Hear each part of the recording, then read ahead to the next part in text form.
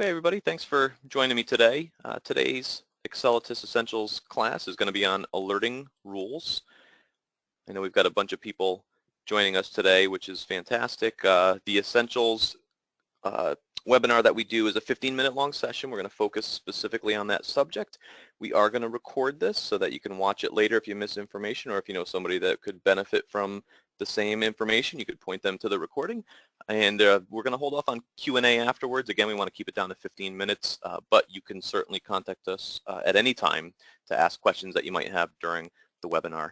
So alerting rules, I wanted to start off with just the security behind alerting rules. And just so you're aware that system administrators and environment administrators always have the ability to go into alerting rules and do whatever they want to do.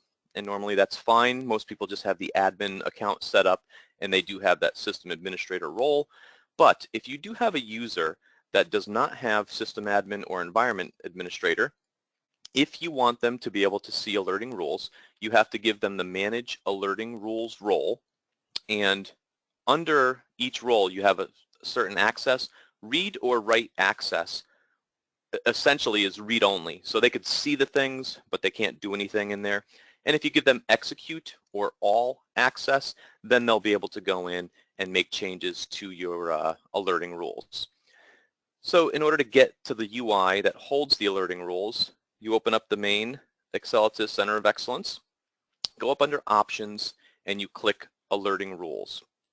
And once you click Alerting Rules, you get this little window that pops up. And we're just going to go over the parts of this window. So the top section will show you the environment that you're in. It is a drop-down box, but to be honest with you, I don't think I've ever seen it drop down to anything other than the environment that you're working in.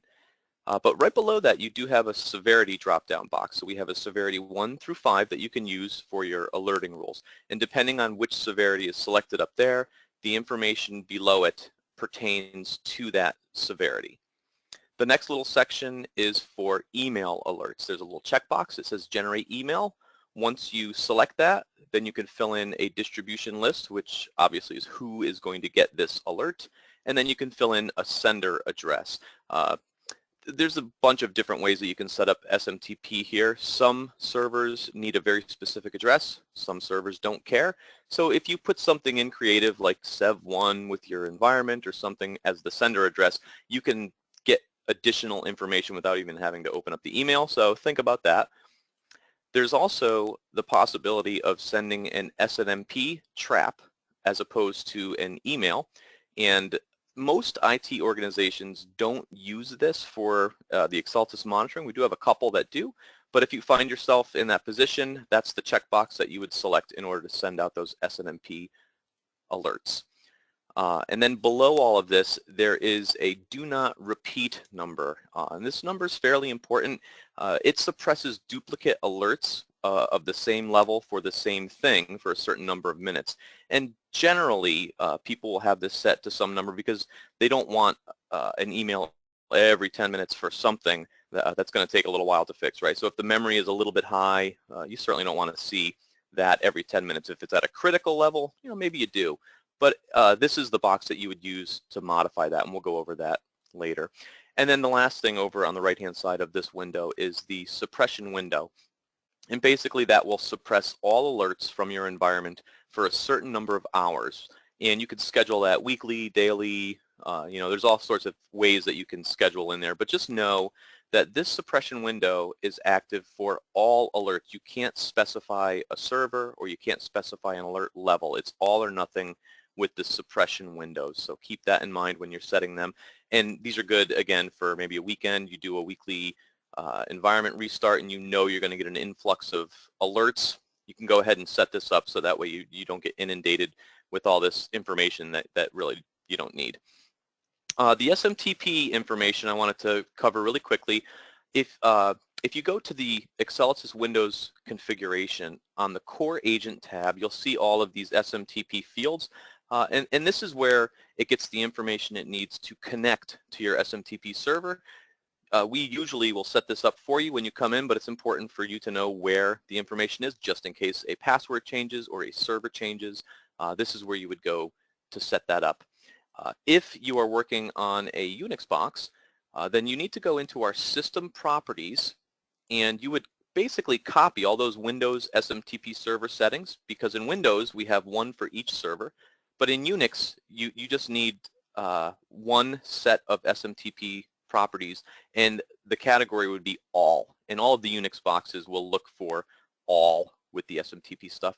There's an additional property that's enable TLS, and that's important to know because some systems require it, some don't. Some will want you to connect to it when they don't actually have to use it. So it has to do with SSL, and if there's a question there, you can always contact us and we'll help you set it up. So like I said before, depending on the SMTP server, you might have to use a specific address. Always good to get back to your IT team or whoever is running your SMTP server to ask them these questions and get that clarified. The SNMP Trap, that little checkbox, it does require a bunch more setup than SMTP does, because there's a whole system somewhere that's going to collect what they call SNMP traps. So I just wanted to go over very quick that you will definitely need your IT team to assist with that setup. We use something called TrapGen, which is in the server folder, and it just sends out a sample SNMP trap, which the IT team would read that and then be able to tell, okay, this is Accelatis traffic, and they can categorize it however they need. There's a white paper out there for anybody who has questions on this or anybody who thinks that they might need to set it up. So let's go over the actual items that we could send an alert on. So without reading the whole screen for you, you can see a bunch of KPIs and different thresholds can be set to send an alert, auditing, log alerts, SLAs, and over to the right there you see little screens with all of these things. And anywhere you see that severity drop down here, this is, I got 2 severity 5s in here. You can see a severity 5 over here. Again, these are all going to pertain to that that other screen that I showed, where you would set up all your log alerts so that if a particular thing happens or reaches a certain threshold, that is the action that is going to happen, right? So again, any of these things are going to be able to send out an alert with the information that you send. You can also do a flow on trigger, and I wanted to point this out because there's a bunch of items that you can see on my screen here where you can actually launch an automation flow based on that event happening or that event failing or that event, you know, that number being larger than something.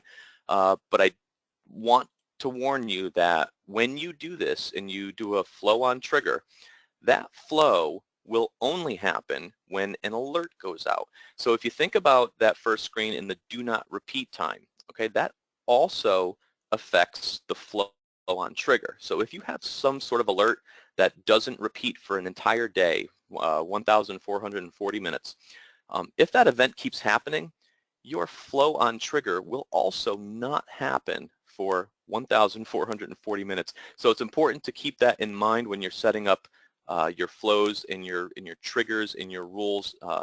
Again, you want all this stuff to happen the way that you want it to happen. So there's some pitfalls there.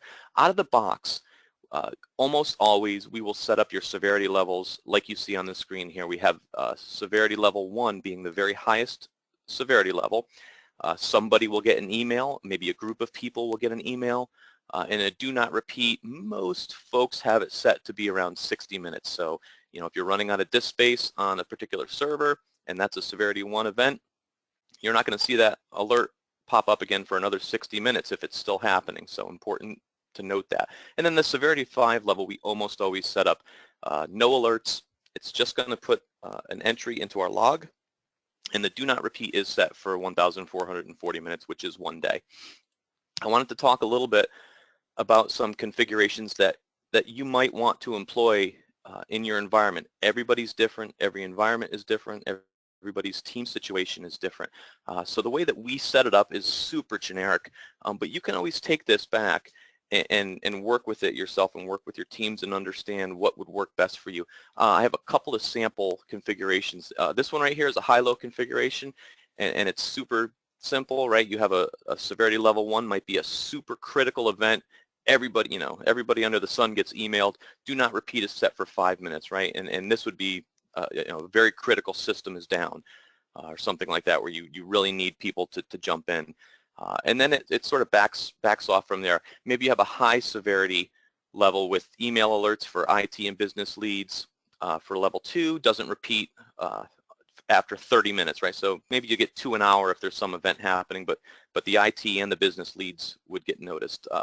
And it drops from there. A medium severity level for maybe IT only, repeats every couple hours. Same thing level 4, but for business only. And then the severity level 5 might be no email alerts. And again, just send something to the log just so somebody can see it, and you might just be aware of it, but you don't need to take an action. Another type of configuration would be a team configuration where the severity levels don't necessarily stand for a high alert or a low alert, but that different teams are notified about different things, right? So everybody has a do not repeat set for 60 minutes, but the severity level 1 maybe is for IT. Level 2 might be for SBase and planning leads. Level 3 might be for HFM leads. Level 4 for reports leads, and so on. And in this way, you can get different teams involved with specific alerting, depending on what area that they're covering or that they're responsible for. And then we always have that level 5 severity level where you can just dump out messages to a log. It doesn't really matter too much. But again, this would be a sample team type of configuration. Another configuration might be where you have a help desk, a centralized help desk, and really you're just looking to let them know what's going on. And based on the event, you might want to set up the do not repeats to get progressively more often depending on the situation, right? So a critical alert, maybe every 5 minutes you want your help desk to get an email. Hey, this is down, this is down, this is down, right? And then you could back it off from there depending on what it is, maybe every 60 minutes for a level 2, every 240 minutes for a level 3. Again, everybody's different, but these are just some things to think about and something to keep in the back of your head when you're talking about building your severity levels and your alerts and how you want to put them together. I wanted to give you a quick scenario, just a cautionary scenario, and this revolves a lot around that do not repeat. Really quick here, let's just say you had a health check running for IIS. It's running every 10 minutes, and you've got a severity 1 alert that's set off if IIS is down, right? It sends an email, and it's a do not repeat for 60 minutes. If you look at the timeline here, IIS might go down, the health check is run, we send out a severity 1 alert, somebody goes and, oh yeah, I'm going to restart IIS. If it goes down again a little bit after that, notice that that last SMTP alert for the Sev1 is not sent until 11:26 in the morning, and the reason is because you have got a do not repeat set for 60 minutes. Now, there's a sliding window, right? If you're running that health check every 10 minutes, you might get it in the first minute. It might take 9 minutes to realize what's going on. But the bigger thing is that 60-minute do not repeat, right? In this case, somebody did restart IIS, and it did go down again, but you didn't know about it until an hour after that first one because of your do not repeat for 60 minutes. Now, I have that same scenario where the do not repeat is set for 15 minutes. And if you look through the timeline, the only difference here is that you might have gotten an extra email at 10:41, because of a smaller do not repeat window. But if you notice when IIS goes down again that second time, the time hasn't changed. The alert went out a minute after it went down to let people know, hey, this is down. So if you think about these sorts of things with do not repeat,